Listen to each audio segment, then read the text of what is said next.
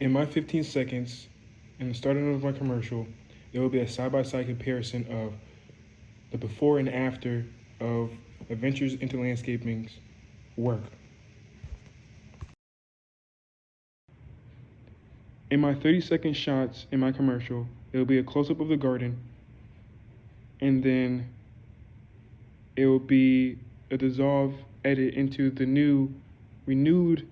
garden from Adventures in Landscaping, and then the dialogue from the narrator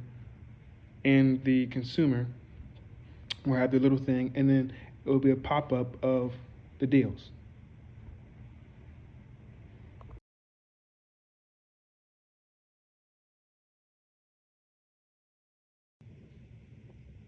In my 60-second shots in my commercial, it will end with more than narration of the unattended yard and garden area of the house, and then it will have an edit shot of the renewed area and flowers with cut grass, new grass, other stuff, and then it will finish up with the sales, the deals of the product that we're sharing to y'all, or the 2-for-1 deal, and then it will end with new improved footage